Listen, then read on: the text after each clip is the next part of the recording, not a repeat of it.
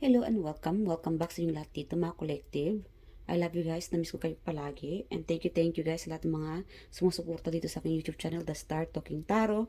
At sa hindi pa alam, please check it out. My other YouTube channel, The Star Angel Tarot. Wala masyadong ganap, pero sa Reels, doon updated ako minsan. So yeah. And support na lang po mga kapatid. English version po naman iyon. So, kayo na lang po ang umitindi at salamat po sa mga sumusuporta. Please, be kind and bawal ang bitter, ano. Love lang po tayo mga kapatid. And thank you sa inyong lahat dito. And yes, this reading is about the person on your mind. May kausap siya and they talk about you. So, alamin natin kung ano ang komento ng taong ito. Kasi I'm getting that somebody's talking about you, the person on your mind, sinishare niya or may kinikwento siya tungkol sa iyo or somehow ikaw itong pinag-uusapan. So alamin natin ang komento ng taong kausap niya tungkol sa iyo. Spirit Angels, ano naman ang komento ng taong ito sa ating mga collective? The person on their mind. But before that, alamin mo natin kung ano bang pinag-usapan nila tungkol sa iyo. Bakit ba pinag-usapan ka ng taong iniisip mo sa ibang tao? Spirit Angels, bakit nga ba? Okay. Community. Could be a family. Yes. This could be a family member. It could be related sa I'm hearing like partnership, business. It could be sa mga relatives, ano. Again, guys, timeless collective reading po ito. Kunin nyo lang kung saan kayo naayon. Kung hindi naman para yung sa ibang collective natin na nanonood din dito. And yeah, kunin nyo lang guys kung saan kayo naayon ha. Huwag po tayong bitter. Unexpected income. Okay. So, this could be your family member. Again, guys, this could be related sa love life. Hindi ko alam kung ano yung iniisip ninyo. I don't know kung sino itong taong iniisip ninyo.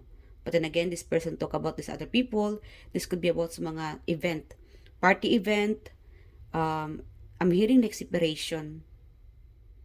Yeah. This could be from your exes, ex-partner, ex-relative. Malakas dito yung relative and marriage.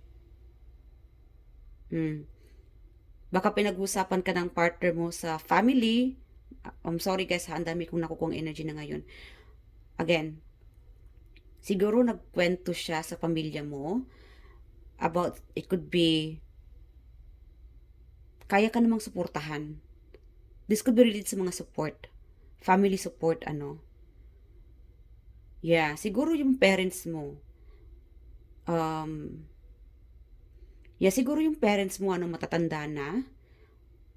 Or, kailangan ng suporta. Kasi meron dito na, siguro yung partner mo, hindi kayang suportahan ang pamilya mo. Kasi kanina, medyo nag-reverse siya. Meron naman dito na may kayang suportahan. Meron naman dito na hindi kayang suportahan. Again guys, iba-ibang sitwasyon ninyo. Meron kasi ditong willing siyang magbigay. Meron naman na hindi kayang magbigay. Dahil siguro kulang, no? Nahirapan nga siyang suportahan ka, ang pamilya ninyo, lalo pa kaya nung magbigay ng tulong sa ibang tao.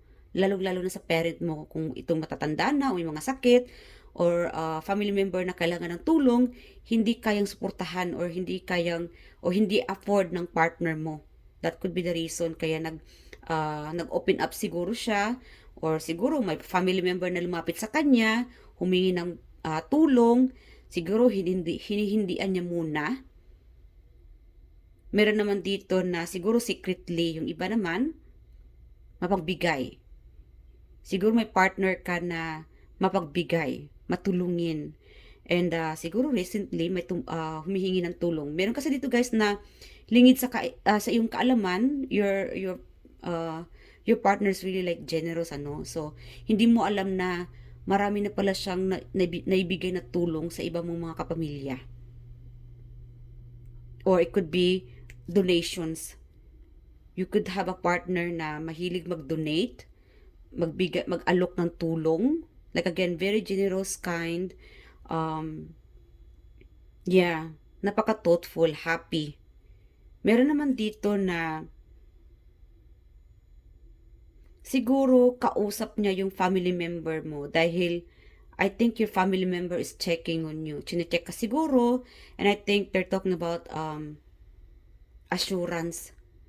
Make sure na okay ka, this person treated you well, no? Maayos ang pagtrato sa iyo. Like again, security. Chine-check ng family members mo siguro na okay or maayos ang trato sa iyo ng iyong pamilya, ng iyong partner, whoever that you are dealing right now. I'm getting the energy na chine-check ka. A family members checking on you. It could be also again, kung kumakain ka ba ng 3 beses sa isang araw, meron kasi ditong concern group of people, family member. Kaya siguro pinag-uusapan ka nito dahil concern sila sa yung sitwasyon. Meron siguro dito naghihirap financially, and that could be the reason kaya pinag-uusapan ka mga kapatid dahil again, concern. Merong gusto magbigay tulong, meron naman dito na hindi ka kayang matulungan dahil hirap din sila. Vice versa, baka ikaw dun itong humihingi ng tulong, no? Kasi minsan guys, nagkaka-reverse ng energy eh. Dahil hindi naman lahat pare-parehas yung sitwasyon ninyo, ano? Meron dito na baka ikaw itong humihingi ng tulong, kasi nga minsan, hindi lahat ng oras, pagka may mga emergency, nagkakaroon tayo ng extra money, ano? Minsan talaga kukulangin. Meron siguro sa inyo ditong kinukulang.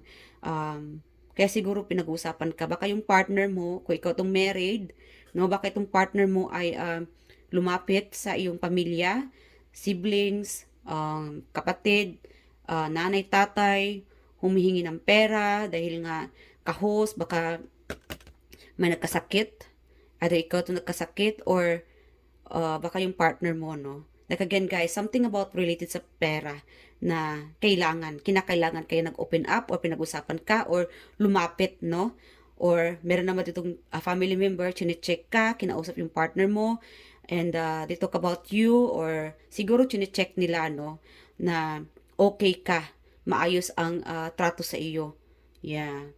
Concern. Meron kasi itong concern sa iyong I don't know, it could be family issue. Siguro meron ditong divorce, separation, it could be related sa suporta sa iyong mga anak. Yeah, kaya napag-usapan ka. That could be part of it. Yeah, kung nagbibigay pa ba suporta ang iyong partner sa iyong mga anak, lalong-lalo na no, kung divorced na or separated. Kasi meron itong parang wala na eh. Nag-cut off na. Kaya concern itong parents mo, family member, kung kaya mo pa ba, no? Guys, feel free to explain sa nanay tatay mo kasi meron itong concern. Worried din sila sa iyo. At siguro, kaya din nilang magbigay tulong sa iyo. Meron siguro, ikaw siguro itong nahihirapan din, ano? Nahirapan ka rin siguro suportahan ng iyong mga anak, lalo-lalo na kung single parent ka, no? Siguro financially. Like again, meron kasi dito guys na energy na they're watching you. No? As a parent, meron kasi dito mga magulang, mga kapatid na hindi sila as in na vocal, but they saw. Nakita nila yung paghihirap mo, yung pagsusumikap mo na maitaguyod ang iyong mga anak, ang iyong sariling pamilya. Either complete family or single parent ka, nakitaan nilang yung paghihirap, ang pagsusumikap. And siguro financially, hindi kanila kayang masuportahan, pero emotionally, or physically, andyan naman sila para magbigay guidance sa'yo, matulungan ka, siguro mag-babysit, no? Mabantayan na yung mga anak habang ikaw ay nagtatrabaho. Yeah. So that could be it na again, concern, napag-usapan ka, meron naman dito na partner mo, pinag-usapan ka dahil nga sa, it could be financially issues na hindi kayang magbigay suporta, tulong, or mag-abot ng pera sa, I don't know, it could be birthday party, an event na darating na hindi kayang, hindi afford. Meron naman dito na a partner na napaka-supportive, anytime na a family member na humihingi ng tulong, mag-reach out, no? Andyan siya. Very generous, kind, and napaka-respetado. Yeah. Okay. So again guys, iba-ibang sitwasyon nyo. That could be the reason kaya napag-usapan ka, or this could be the person in your mind na a family member, or nanay, tatay, or partner mo, ano, or ex-partner. So alamin naman natin ang anong tawag nito? What else pa? Ano naman ang komento nito tungkol sa inyo? Okay. Hold on. Our Spirit Angels, sino itong taong iniisip nating collective na pinag-usapan siya sa iba? Okay. Sa mga hindi nakaka-resonate, pasensya na guys. Hoping next reading ay makaka-resonate ka, no? Okay. Sino ito? Unknown, sikreto. Ang taong nasa isip mo ngayon, confirm. Ang taong nasa isipan mo ngayon ay kinikwento ka sa iba. It could be related sa money, expenses. Yan, siguro nanay tatay mo, pinag-uusapan ka dahil nga magastos or kulang sa pera or hinihingan ka siguro ng tulong. Siguro yung iba sa inyo dito ay hinihindian ka muna at dahil nga siguro wala kang naibigay, and then they're thinking, bakit kaya walang pera si collective? Saan kaya napunta yung pera niya? Siguro naki-question ka rin nila. Schoolmate. Okay. Kapatid mong babae. Again, a family member. Ano pa? Again, schoolmate. Malakas dito yung schoolmate. Pinag-usapan ka. Pinag-usapan na siguro nila yung mga gatherings. Siguro may gatherings, community, a group of people talking about you, katrabaho. Ang iyong katrabaho, pinag-usapan ka, tambay na lalaki, ex mong lalaki, pinag-usapan ka, tambay, again, malakas dito yung tambay naman, walang trabaho. Siguro, itong tambay na ito, humihingi ng tulong sa'yo, tapos, hinihindian mo siguro, no? Eh, syempre, mahirap na ang buhay ngayon. Ikaw itong nagtatrabaho, naghanap buhay, samantalang itong tao naman ay tambay lang, tapos parang bang pinupulot lang yung pera sa sahig, no? Girl employee, again, katrabaho. Saan ba itong tambay? Siguro ex, meron itong ex na tambay ngayon.